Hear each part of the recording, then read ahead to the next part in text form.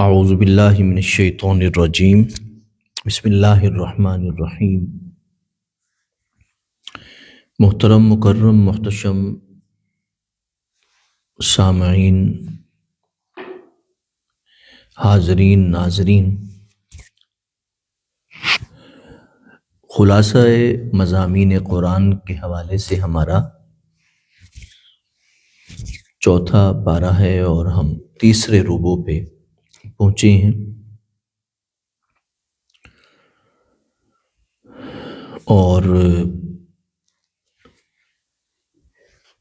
قرآن مجید اس ربوع میں یہ بتاتا ہے کہ انسان کو مختلف حالات ڈراتے ہیں اور مختلف لوگ بھی اسے خوفزدہ کرتے ہیں، یعنی مختلف لوگوں کی صحبت جو ہے یا ان کے ساتھ بیٹھنا جو ہے، ایک بہادر شخص کے ساتھ بیٹھیں گے تو آپ بہادر بنیں گے، اور ایک سخی انسان کے ساتھ بیٹھیں گے تو سخی بنیں گے، ایک باادب انسان کے ساتھ بیٹھیں گے تو باادب بنیں گے، ایک سوچنے والے انسان کے ساتھ بیٹھیں گے تو سوچ و بچار کی طبیعت بنے گی۔ تو قرآن مجید یہ بتا رہا ہے کہ کچھ لوگ خوفزدہ کرتے ہیں انسان کو، اور انسان کو بلکہ مسلمان کو ذہن میں رکھنا چاہیے کہ خوف دلانے والا جو شخص ہے وہ انسان بھی ہو تو بھی شیطان ہے، یعنی جو ڈرانے والا انسان ہے، انسان کو خوفزدہ کر دینے والا ہے، وہ دراصل شیطان ہے۔ یعنی انسان کو خوف دلا کے راہ حق سے، صحیح راہ سے، سچی راہ سے ہٹانے والا شیطان ہے۔ وہ انسان کی شکل میں بھی ہو سکتا ہے اور وسوسے ڈالنے والے جن کی شکل میں بھی ہو سکتا ہے۔ تو اس لیے قرآن مجید یہ بتاتا ہے کہ بے وجہ خوفزدہ رہنا، بے وجہ ہو سکتی ہے، سامنے سانپ ہے پھر تو کوئی خوف کی بات بھی ہے۔ ویسے بھی کہتے ہیں کہ 90% سانپ جو ہیں ان میں زہر نہیں ہوتا، کوئی ایک آدھ قسم ایسی ہے جس میں زیادہ زہر ہوتا ہے۔ تو لیکن یہ ہے کہ کسی ڈرنے والی چیز سے انسان کا ڈرنا وہ اور چیز ہے، لیکن خوف زدہ کرنے والے لوگ جو ہوتے ہیں انسان کو، کبھی مالی اعتبار سے، کبھی معاشی اعتبار سے، کبھی سیاسی اعتبار سے، کبھی مذہبی، مختلف انداز جو ہوتے ہیں انسان کے۔ قرآن مجید اس لیے فرماتا ہے کہ خوف زدہ کرنے کا جو انداز ہے، ایک تو ہوتا ہے دشمن سے خوف زدہ کرنا، یا دوسرا خوف زدہ کرنا ہوتا ہے مالی اعتبار سے۔ جب انسان خوف زدہ ہوتا ہے مالی اعتبار سے تو وہ بخل کرتا ہے، کنجوسی کرتا ہے، اس کے پاس مال پڑا ہوتا ہے مگر اس کے باوجود وہ ڈرا ڈرا رہتا ہے، بھئی یوں ہو گیا تو یوں ہو جائے گا، یوں ہو گیا تو یوں ہو جائے گا، ڈرا ڈرا رہتا ہے، خوف زدہ رہتا ہے۔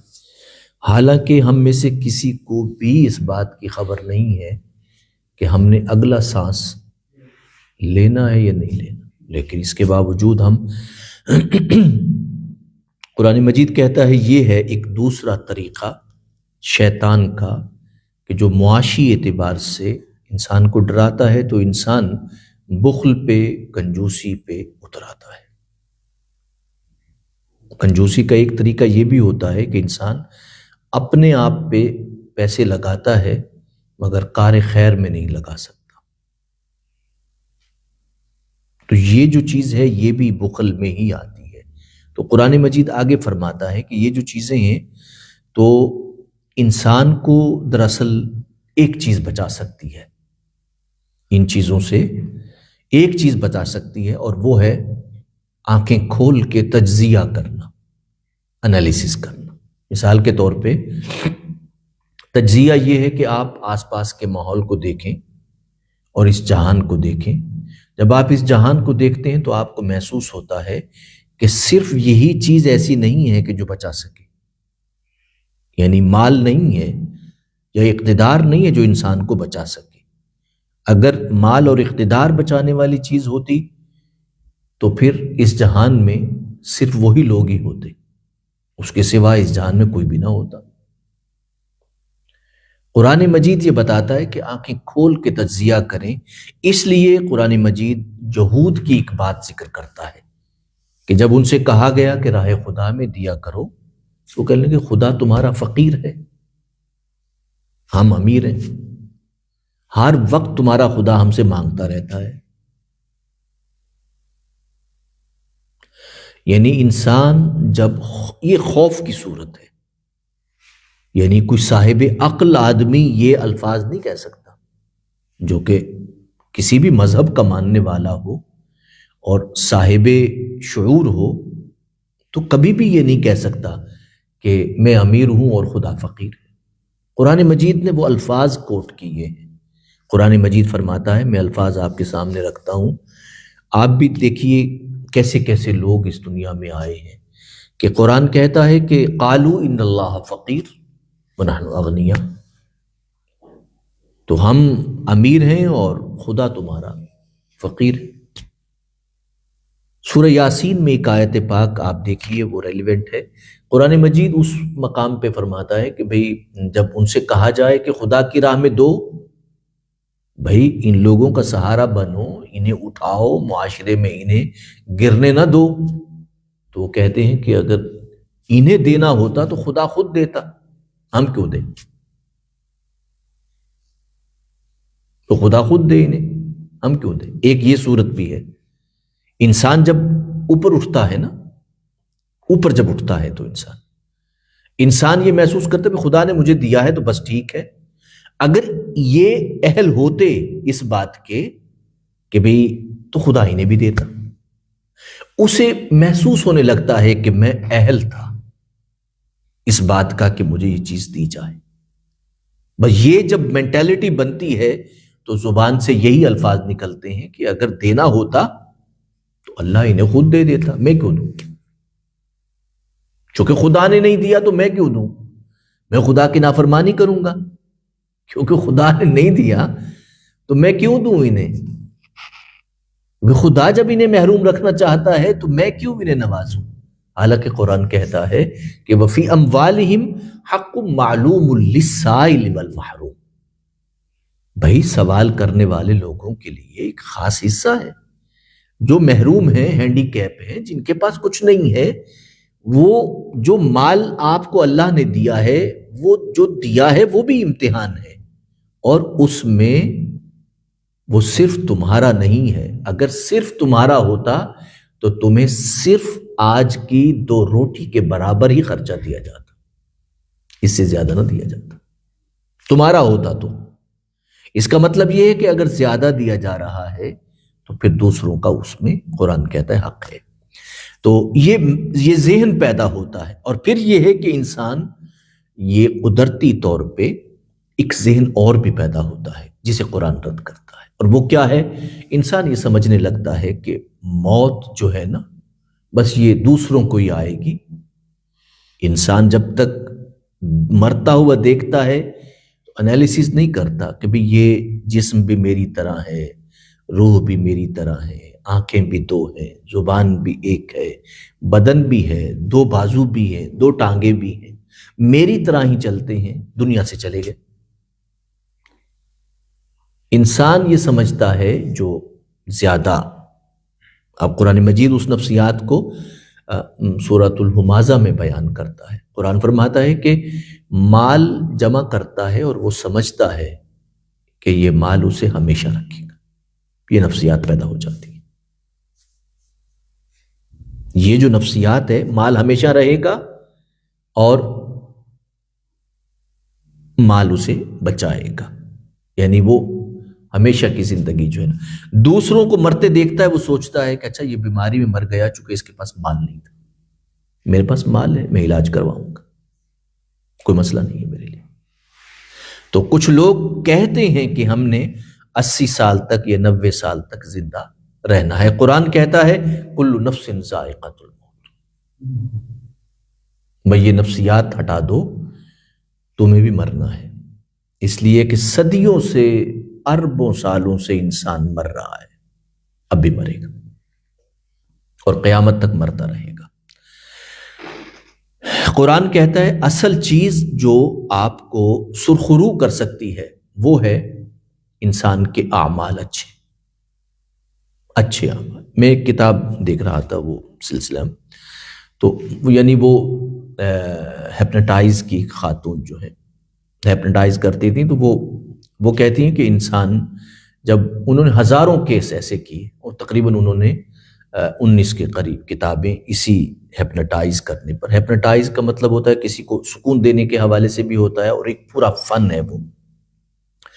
تو یعنی اس نے ہزاروں کیس کیے، تو اس نے کہا کہ انسان جو ہے ہمیشہ، یعنی جب اس زندگی میں آتا ہے تو وہ والنٹریلی آتا ہے، رضاکارانہ طور پہ خود فیصلہ کرتا ہے کہ میں نے اس جہان میں جانا ہے، اور وہ خود اپنے والدین کا انتخاب بھی کرتا ہے، اپنے والدین کو خود منتخب کرتا ہے، علاقہ بھی چوز کرتا ہے، اپنی جگہ چوز کرتا ہے۔ جس طرح اس جہان میں آ کے انسان غلط فیصلے کرتا ہے، اس وقت بھی ہو سکتا ہے غلط فیصلہ کیا ہو۔ قرآن مجید اس حوالے سے فرماتا ہے 9ویں پارے میں، قرآن کہتا ہے کہ جب اللہ نے فرمایا کہ بھی میں تمہارا رب ہوں، تو انسان نے کہا، اللہ نے فرمایا الستُ بربکم، میں تمہارا رب ہوں؟ تو انسان نے کہا قالوا بلا، یا اللہ تو ہی تو ہے، تیرے سوا کون ہے ہمارا؟ یعنی یہ اس وقت آنے کے فیصلے کے وقت قرآن کہتا ہے۔ پھر قرآن کہتا ہے کہ ہم نے انسان سے عالم ارواح میں یہ وعدہ لیا کہ تم نے یہ کرنا ہے۔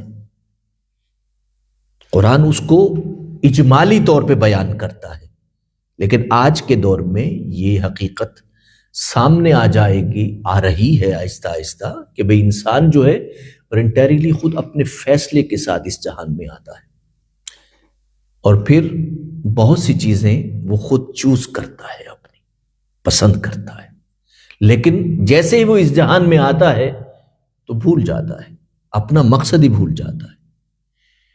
اس نے ہزاروں کیس کے بعد جو مقصد متعین کیا ہے، انسان کی زندگی کا جو مقصد متعین کیا ہے، وہ ہے خدمت، جس سے اس کی روح کو تسکین ملتی ہے جب وہ خدمت کرتا ہے، جب وہ خیال رکھتا ہے، جب وہ کیئر کرتا ہے۔ یعنی اس کی زندگی کا مقصد کیا تھا؟ کیئر کرنا، محتاجوں کی خدمت کرنا، اپنوں کا خیال رکھنا۔ لیکن اس کی راہ میں جو سب سے بڑی رکاوٹ بنی وہ تھی عداوت، دشمنی، نفرت، لالچ، ہرس اور ہوس۔ یعنی جو وعدہ خدا سے کر کے آیا تھا کہ میں جا رہا ہوں، اب والنٹریلی جا رہا ہوں، جو وقت ملے گا میں خدمت کروں گا، خیال رکھوں گا۔ آپ دیکھیں کہ انسان کی مزاج میں خدمت ہے، اگرچہ وہ صرف اپنی اولاد کا سوچتا ہے، یہ خدمت تو ہے نا اس کے مزاج میں، وہ وعدہ کر کے آیا ہے رب سے کہ وہ خدمت کرے گا، لیکن اس کی راہ میں یہ چیزیں پھر آہستہ آہستہ رکاوٹ بن جاتی ہے۔ انسان یقیناً اسی مقصد کے لیے ہے، خدمت کے لیے ہے، اپنی ذات کا خیال رکھے اور دوسروں کا خیال رکھے۔ قرآن مجید اس کے بعد کہتا ہے کہ بھئی کچھ لوگ یہ چاہتے ہیں، قرآن مجید کہتا ہے کہ مزاج یہ بن جائے تو خطرناک ہو جاتا ہے۔ مزاج کیا بن جاتا ہے؟ انسان یہ چاہتا ہے میں کچھ بھی نہ کروں، یہ بھی ایک رکاوٹ ہے زندگی میں کچھ بھی نہ کروں پر میری بلے بلے بہت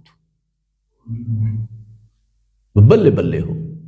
قرآن کہتا ہے کہ وہ یہ چاہتے ہیں وَيُحِبُّونَ أَن يُحْمَدُوا بِمَا لَمْ يَفْعَلُوا، بھئی کچھ بھی نہ کریں تو لوگ کہیں بلے بلے جی جناب آپ نے تو کمال کر دیا ہے۔ یہ بھی انسان کی خدمت میں بہت بڑی رکاوٹ ہے۔ انسان پھر وہیں پہ ہی دیکھتا رہتا ہے کہاں پہ بلے بلے ہوگی، پھر وہیں پہ دیتا ہے، بس بلے بلے کی جگہ پہ دے کے فارغ ہو جاتا ہے۔ اور قرآن کہتا ہے کہ یہ چیز جو ہے ایسے ہے جیسے آپ نے کچھ بھی نہیں کیا، کیونکہ بلے بلے ہو گئی نا، مقصد ہی بلے بلے تھا تو ہو گئی، بس ختم۔ قرآن مجید کہتا ہے کہ اگر آپ ان سب کیفیات سے بچنا چاہتے ہیں تو پھر ایک طریقہ ہے، وہ ہے عاجزی اللہ کی بارگاہ میں، جھک کے یہ دعا کرنا کہ پروردگار بس یہ باتیں جو ہیں ان سے کسی طرح مجھے بچا دے، میرا دامن چھڑا دے ان سے، میری جان چھڑا دے ان باتوں سے، میں انہیں اپنے دل میں، اپنی روح میں، اپنی ذات میں، اپنے ذہن میں، اپنے قلب میں نہیں رکھنا چاہتا، مالک اس سے جان چھڑوا دے میری۔ بس جب انسان یہ دعا کرتا ہے کہ مالک جان چھڑوا دے میری، میں چاہتا ہوں جان چھوٹ جائے اس سے، بس تو میری مدد فرما تاکہ میں ان سے جان چھڑوا لوں اپنی، تو اللہ فرماتے ہیں کہ پھر ہم ان کی جان چھڑوا دیتے ہیں ان باتوں سے، ان کی جان چھوٹ جاتی ہے۔ اور پھر جب وہ اس طرح آتے ہیں اللہ کی بارگاہ میں تو قرآن کہتا ہے کہ اللہ پاک فرماتے ہیں ان بندوں سے جن کی جان ان باتوں سے چھوٹ جائے، اللہ پاک کہتے ہیں ہم انہیں ثواب بھی دیتے ہیں، اور پھر انہیں کہتے ہیں، یہاں پر بھی تقوی کا لفظ ہے، اور انہیں کہتے ہیں کہ آؤ جنت میں رہو، خوشگوار انداز سے رہو، نزلا من عند اللہ، یہ مہمان نوازی ہے تمہاری اللہ کی جانب سے، اللہ میزبان ہے اور بندہ اس کا مہمان ہے۔